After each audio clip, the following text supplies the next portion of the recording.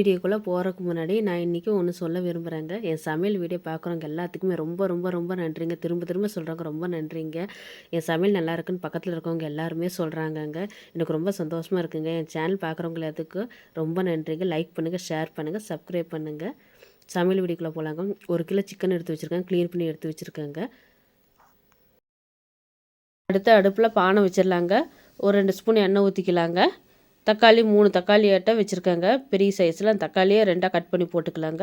சின்ன வெங்காயம் பெரிய வெங்காயம் 2மே சேர்த்து ஒரு 1/4 கிலோ இருக்குங்க.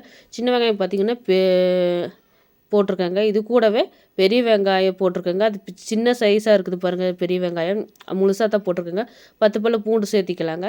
2 துண்டு இஞ்சி சேர்த்தி பட்டை, கிராம்பு, ஏலக்காய் இது 3 சேர்த்திக்கிறாங்க. ஏலக்காய் 2, கிராம்பு ஒரு 4 கிராம்பு சேர்த்திக்கிறாங்க. சோம்பு 2 ஸ்பூனு, 1 ஸ்பூன் சோம்புங்க. அடுத்து பார்த்திங்கன்னா பட்டை 2 துண்டு பட்டை சேர்த்திக்கிறேன். இதெல்லாம் சேர்த்து நல்லா வணக்கி விட்டுக்கலாங்க. வணங்கி வரட்டுங்க. பாருங்கள், ஒரு கைப்பிடி அளவு பொட்டுக்கடலை சேர்த்திக்கிறாங்க. அடுத்து கசகசா 2 ஸ்பூன் சேர்த்திக்கிறாங்க. சேர்த்து இதெல்லாம் வணக்கி விட்டுக்கலாங்க. நல்லா வணங்கி வரட்டுங்க. இந்த கசகசா சேர்க்கறனால இன்னும் டேஸ்ட் நல்லா இருக்குங்க. பொட்டுக்கல்லையும் சேர்க்கலாங்க. பொட்டுக்கல்லானா கம்மியாக சேர்க்கணுங்க. நம்மளுக்கு முந்திரி இருந்தால் முந்திரி போட்டாலும் இன்னும் டேஸ்ட் நல்லா எடுத்து கொடுக்குங்க. டேஸ்ட் ரொம்ப நல்லாயிருக்கும் முந்திரி போட்டால். இது நல்லா வணக்கிக்கலாங்க. நல்லா வெங்காயம், தக்காளி எல்லாம் நல்லா வணங்கி வரட்டுங்க. இந்த அளவுக்கு வணங்கி வந்தால் சரிங்க. பாருங்கள், நம்ம ஆற வச்சு மிக்ஸி ஜாரில் போட்டு நல்லா அரைச்சிக்கலாங்க.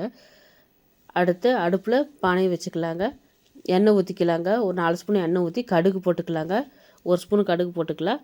கடுகு பொரிஞ்சதும் ஒரு கொத்து கருவேப்பிலை தலை சேர்த்திக்கிறாங்க. சேர்த்து அதை வணக்கிக்கலாங்க. அடுத்து நம்ம பார்த்திங்கன்னா சிக்கன் க்ளீன் பண்ணி வச்சுருக்கோம். அந்த சிக்கனை சேர்த்திக்கலாங்க. சிக்கனை சேர்த்து தேவையான அளவுக்கு உப்பு போட்டுக்கலாங்க.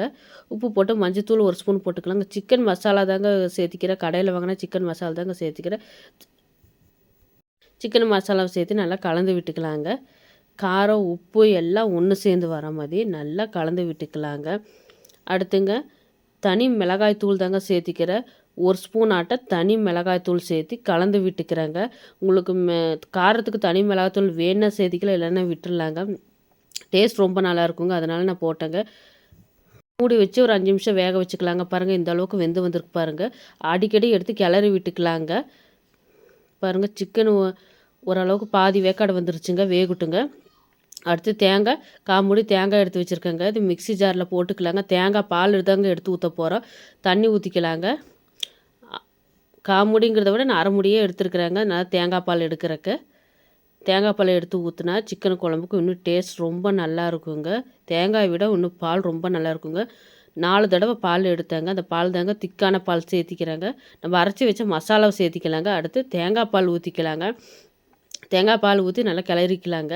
குழம்புக்கு தண்ணி சேர்க்க வேண்டாங்க. இந்த தேங்காய் பாலே சேர்த்தா இன்னும் ரொம்ப நல்லா இருக்குங்க. உங்களுக்கு தேவைப்பட்டால் கொஞ்சம் தண்ணி சேர்த்திக்கங்க, இல்லைன்னா விட்டுருங்க. இந்த தேங்காய் பாலே நம்மளுக்கு போதுமானதாக இருக்குங்க.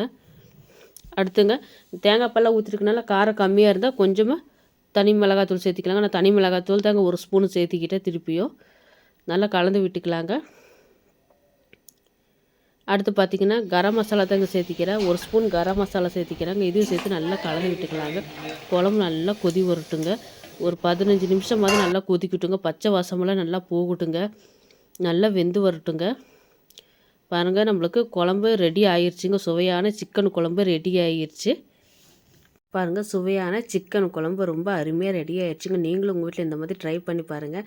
என் சேனல் பார்க்குறோம் எல்லாத்துக்குமே ரொம்ப நன்றிங்க. என் சமையல் ரொம்ப நல்லாயிருக்குன்னு வீட்டு பக்கத்தில் இருக்கவங்க எல்லாருமே சொல்கிறாங்கங்க. நீங்களும் உங்கள் வீட்டில் ட்ரை பண்ணி பாருங்கள்.